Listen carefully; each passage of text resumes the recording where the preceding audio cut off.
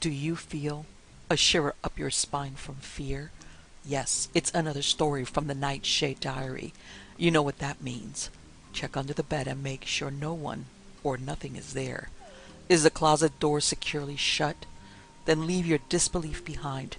Amp up your imagination and hang on tight for another ride into terror and mystery. And like all good horror stories, just imagine it's a dark and stormy night. And remember, screaming like a little girl is permitted.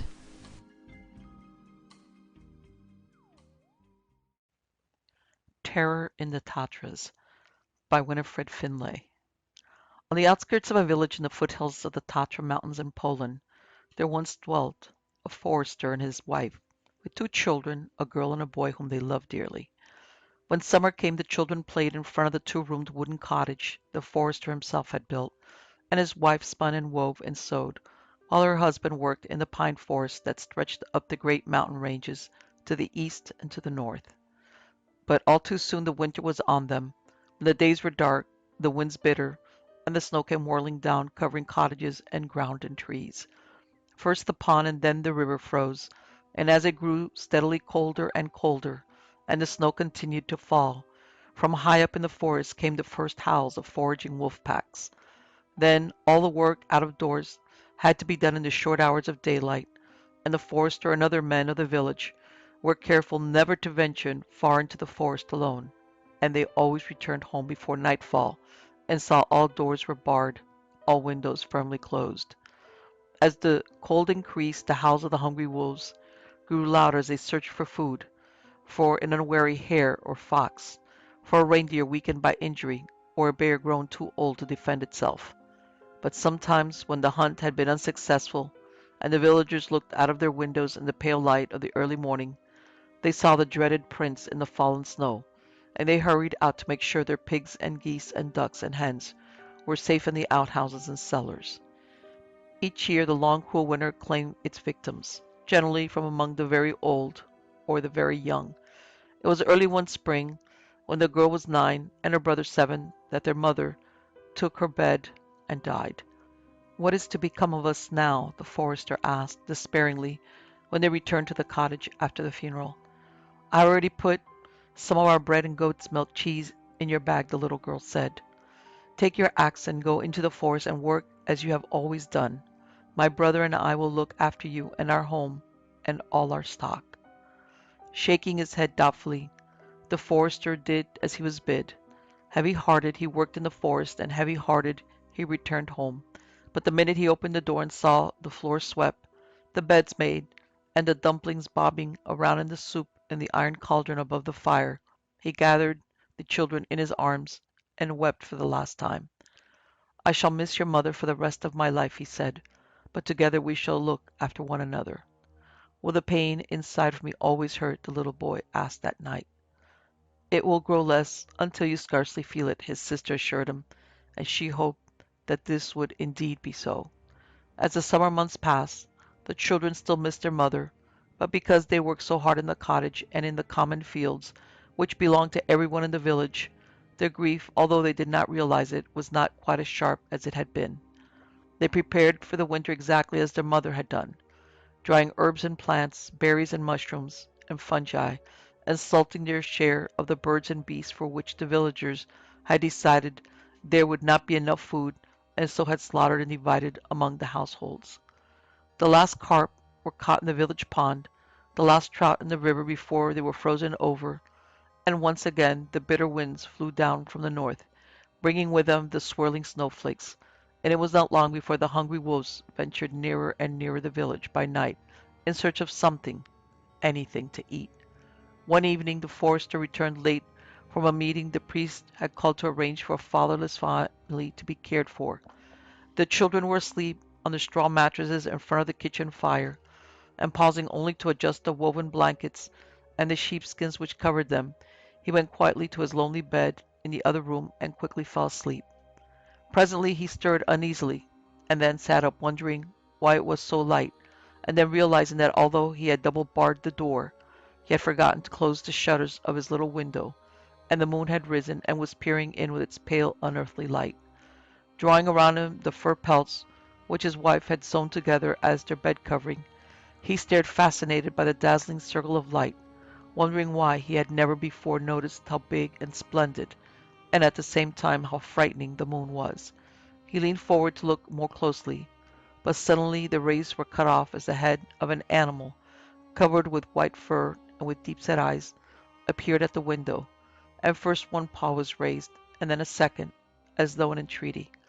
When the animal saw that it held his attention, it threw back its head so that the moonlight caught its strange dark eyes as it howled mournfully, but very softly. "A wolf!" he cried in horror.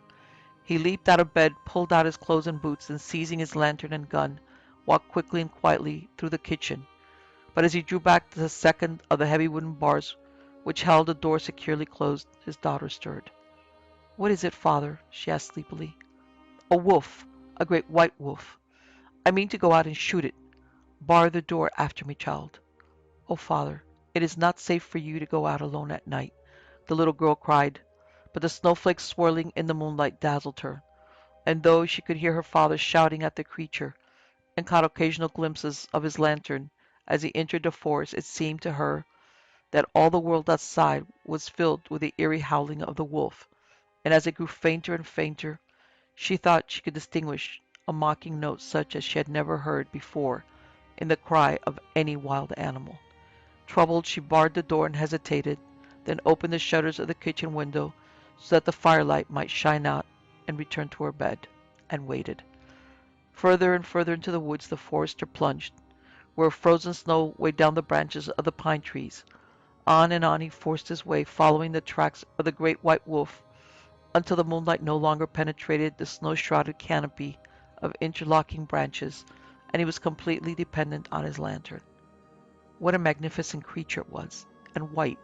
It was the first time he had ever seen a white wolf. He was determined the creature should fall to his gun, and was filled with a wild exultation at the thought. Obviously, the creature must be the leader of the pack. The pack? He halted. What had come over him? It was madness for him to hunt for a wolf by night, madness to leave his children alone and unprotected. Hastily he turned, and just as he started to retrace his steps, he heard a terrified cry. "Help! Help! Oh, help me!" "Who is it?" he shouted. "Where are you?" "I'm here, close by. Help me!" Holding up his lantern, he saw a fur-clad figure stumbling through the trees toward him. "The wolves! The wolves have followed me all night, and will not let me be. Oh, save me, forester, please save me, for I am all alone now, and fear I can struggle no further." Startled, the forester looked down at the weeping woman, and then stared around him, listening intently. Had he frightened away the white wolf and its pack? "Come with me, lady," he said gruffly. "The sooner we are out of the forest, the better." And taking her arm, he hurried back, following his own track, half dragging, half supporting her, to where the firelight shone like a beacon through the kitchen window. "Let me in, children," he called as he approached the door. "I have a traveler with me who has just escaped from wolves." He heard the heavy wooden bars being drawn, and at last they were safe inside the warm kitchen.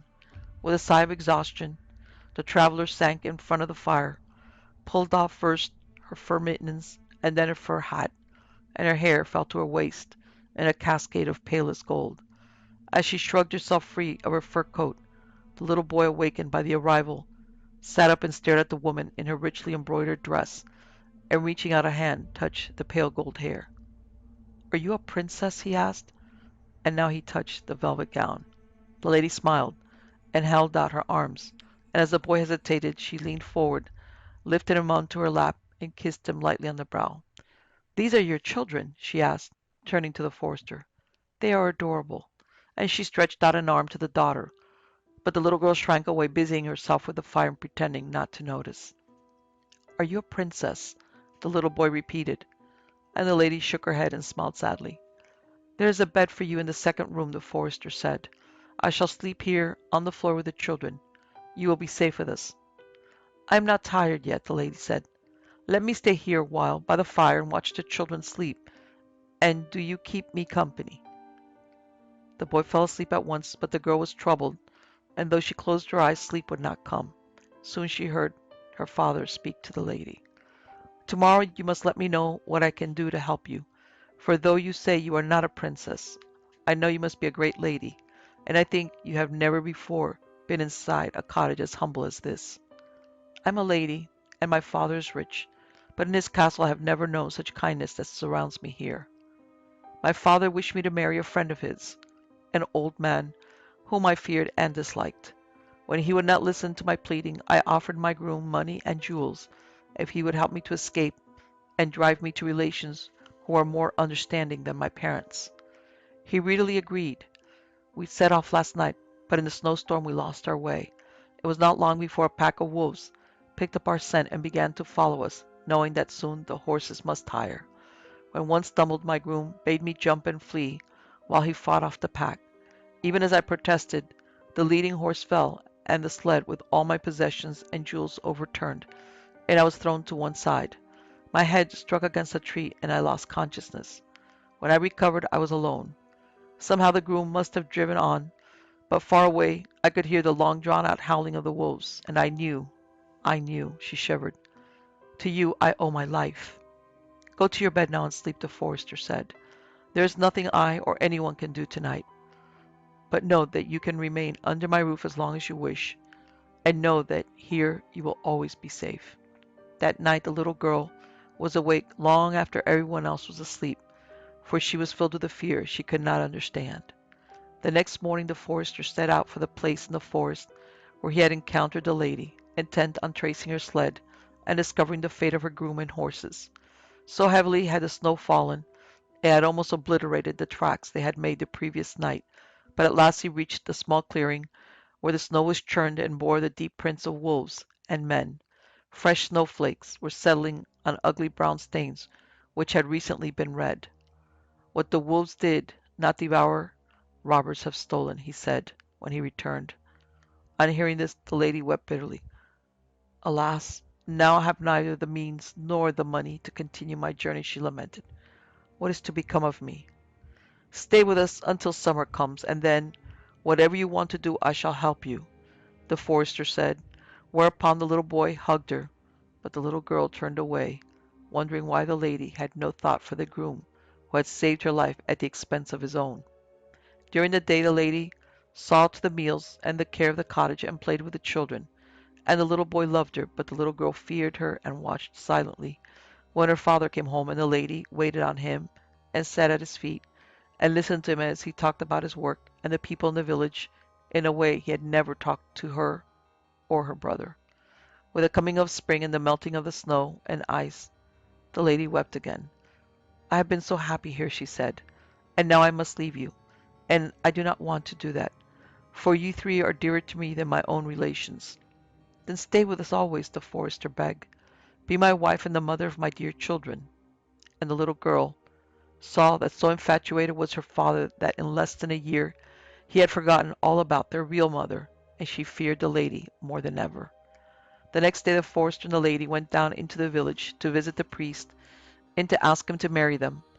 But there they found the old man had been taken ill very suddenly. However, another priest who happened to be passing agreed to marry them there and then before continuing on his journey. Delighted with his beautiful lady wife, the forester returned to his cottage, and though the little boy was nearly as happy as his father, the little girl was uneasy and afraid, and with good reason. For now she was safely married, the lady sent the children to work in the fields all the time their father was away from home, and only when he returned did she make a pretense of speaking to them kindly. Let us tell our father how cruel she is to us, the boy whispered to his sister one day, for they had been sent out to work without anything to eat. Not yet. Have patience, his sister advised, and she gave him a stale crust that their stepmother had thrown out for the pig. One night, not long afterward, when the moon hung full in the sky, some sound awakened the girl, and she saw her stepmother, barefooted and clothed only in a long white nightgown, open the door, and then through the window she watched her run from the cottage and down the silent village street. Trembling, she lay down again and waited, and just before daybreak she saw her stepmother return, her hands and nightgown stained and red with what could only be blood. Horrified, she watched as the lady took off the nightgown, placed it on the fire, and watched it burn. After that she washed her hands, threw the water away, and then crept into the bed where her husband, the forester, slept so soundly. A month later, when the moon was full again, the stepmother once more slipped out of the cottage, But this time the girl followed her, for she remembered something she had heard in the village the previous day, how a young girl had unexpectedly died, to the sorrow of her family, and she remembered, too, how 4 weeks before another young girl had died, the first such death for many months. Keeping in the dark shadows, the girl hurried down the silent street. But just as the stepmother reached the churchyard, a cloud hid the moon, and when the first beam shone down again, the lady had vanished, and in her place stood a huge white wolf. For a moment the creature stood motionless, sniffing the air, and then it bounded over the low wall and ran toward a recently filled grave and began to dig with its forepaws. Terrified, the girl turned and ran back home and lay shivering in bed. She was still awake, although she pretended to sleep when her stepmother returned just before daybreak, and again she watched as the lady burned her blood-stained nightgown and washed her hands. When she told her brother what she had seen, he laughed. "That was a bad dream," he said, as they worked together in the fields. "How could our new mother have burned her nightgown when she has only one, and I can see it now hanging on the washing line?" The girl stood up and looked across at the garment, and could not understand how this was so. "Watch with me the next time, after someone in the village has died and the moon is full," she begged. "I will try to stay awake," he promised, "but I work so hard during the day that I fall asleep as soon as I crawl into bed. Waken me when the time comes."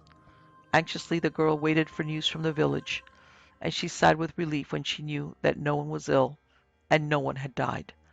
"This night I shall be able to sleep," she thought, taking a last look at the full moon. But soon a familiar sound wakened her, and she saw her stepmother slipping out of the door for the third time. "Wake up! Wake up!"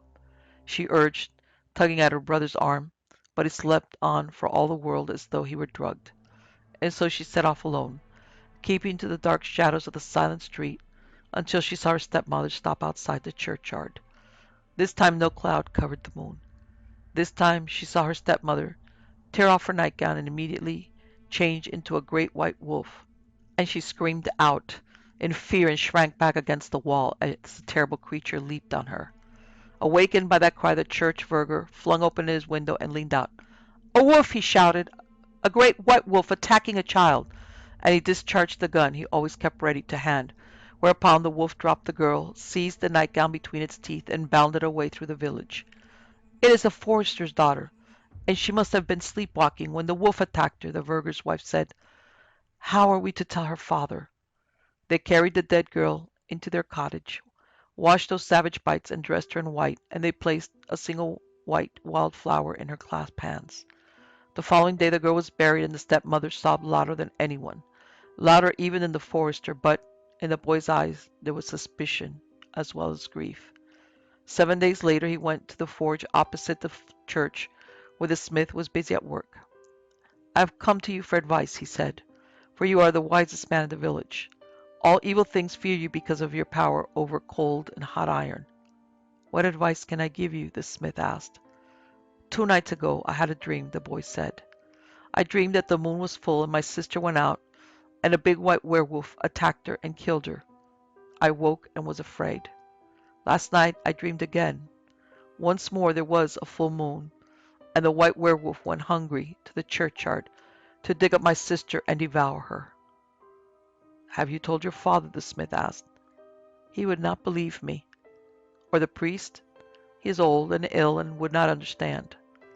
"For a long time I have known there was evil in the village," the smith said slowly. "But until now I did not know how great that evil was. You did well to come to me for counsel. Return to your home and behave as though your grief was for a sister killed by accident. When next the moon is full, go to the forest where your father is working and ask him to come here with you, as we are holding a solemn service in honor of his daughter. Do not let him return to his cottage."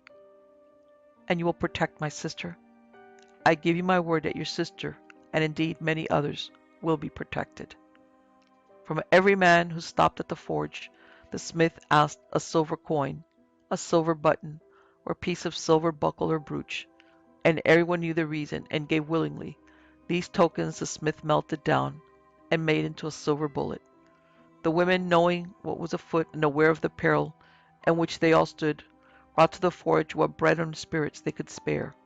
On the night of the next full moon all the men gathered in the forge, and there the forester and his son joined them. Silently they ate and drank, silently they waited. It was nearly 2 hours later when they saw her running down the street, her pale gold hair blowing in the wind, now covering and now revealing her lovely face, and so lightly did she move that her bare feet scarcely seemed to touch the ground.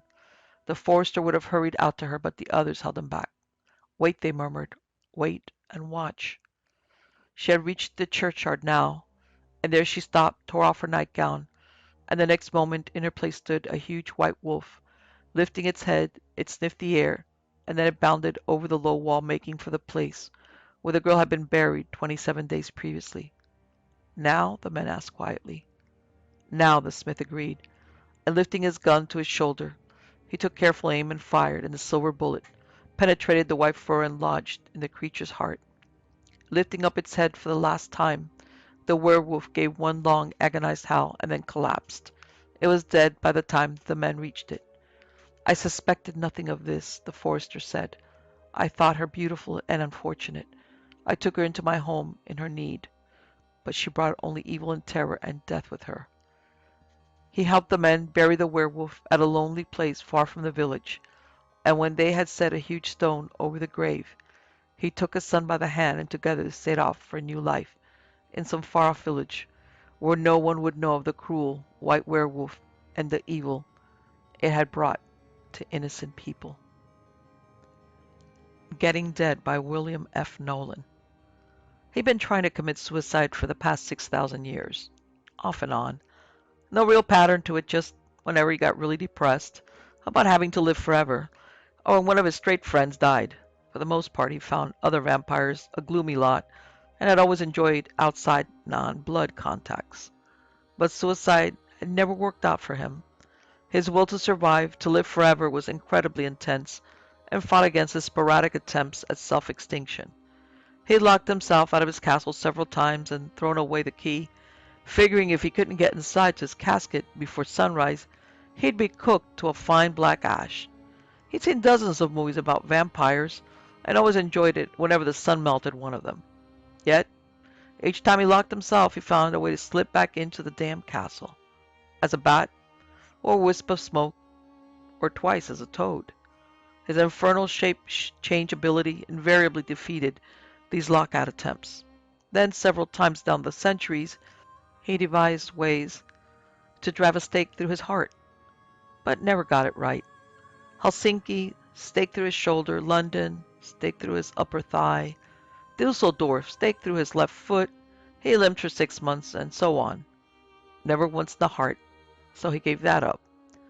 He tried boiled garlic in Yugoslavia, prepared a tasty stew and had the garlic dumped in by a perverted dwarf pal of his, devoured the entire bowl, belched, and sat back to die. But all he did was throw up over the dwarf, who found the whole incident most disgusting. In the Black Forest of Germany, he leaped from the roof of a village church onto a cross, ending up with some painful skin blisters where the cross had burned through his cape, but it didn't come close to killing him. He drank a quart of holy water at Lourdes, resulting in a severe case of diarrhea. And naturally, he had talked several of his straight friends into attempting to kill him at various times. But either he killed them first, or they bungled the job. So here he was, Count Arnold whatever. He hadn't been able to remember his last name for the past 700 years. Walking the night streets of Beverly Hills in the spring of 1991, determined to do away with himself but lacking a conclusive plan of action. That was when he saw the ad. It was block painted on the wooden back of a bus stop bench. Anything Inc. Come to us if all else fails. For the proper fee, we'll do anything. Open 24 hours. We're never closed to you. And the address was right there in Beverly Hills on Rodeo Drive near Wilshire. Arnold was in a hurry, so he shape changed and flapped over. He came through the office door as a bat, lots of screaming from the night secretary, and changed back into human form at the desk. No appointment. He'd just flown in to demand service. "Who the hell are you?" asked the tall man. He was flushed and balding behind the desk of Anything Inc. "I am Count Arnold, and I am here to test the validity of your bus stop advertisement. That, for the proper fee, you can do anything." Mr. Anything, for that is how Arnold thought of him, settled back in his chair and lit a large Cuban cigar. I got 2 questions. So ask, what do you want done, and how much can you pay me to do it?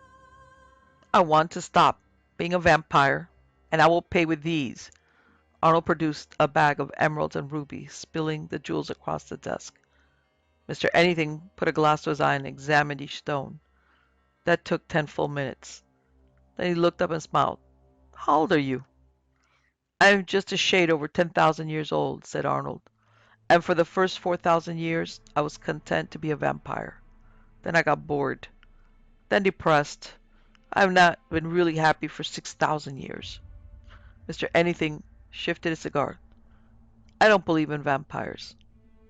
I didn't either until I became one. Show me your teeth. Arnold did. The 2 hollow fangs, needle sharp, with which he sucked blood were quite evident when he opened his mouth. You live off human blood? That is correct. What's it taste like? Depends. Most of the time, it tastes fine, and again, I've had some that was downright bitter, but I never complain. I take it as it comes. Mr. Anything got up from the desk, walked to the door, and closed it firmly. Prove to me you're a vampire. Arnold shrugged.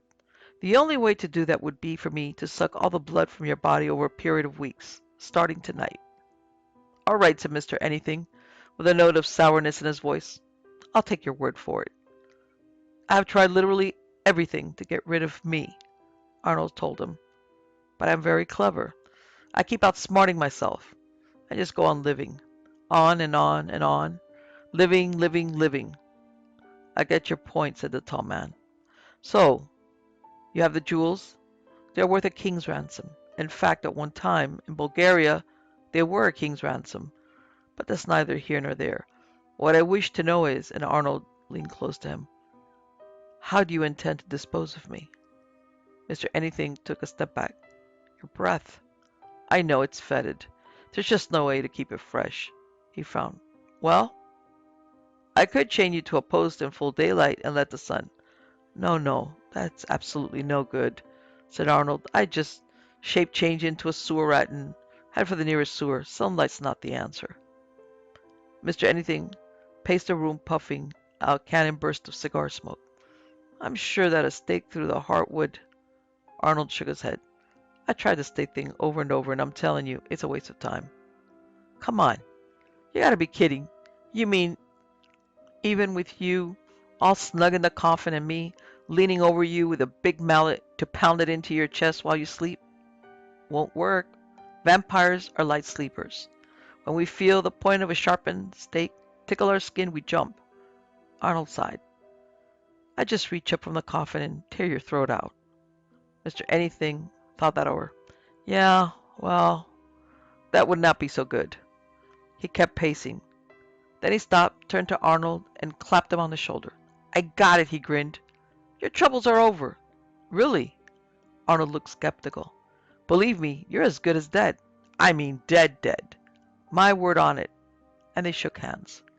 A week later, on a clouded night, Arnold woke up. Mr. Anything had obviously used some kind of drug on him, so he couldn't shape change. His neck was sore. He reached up to touch it.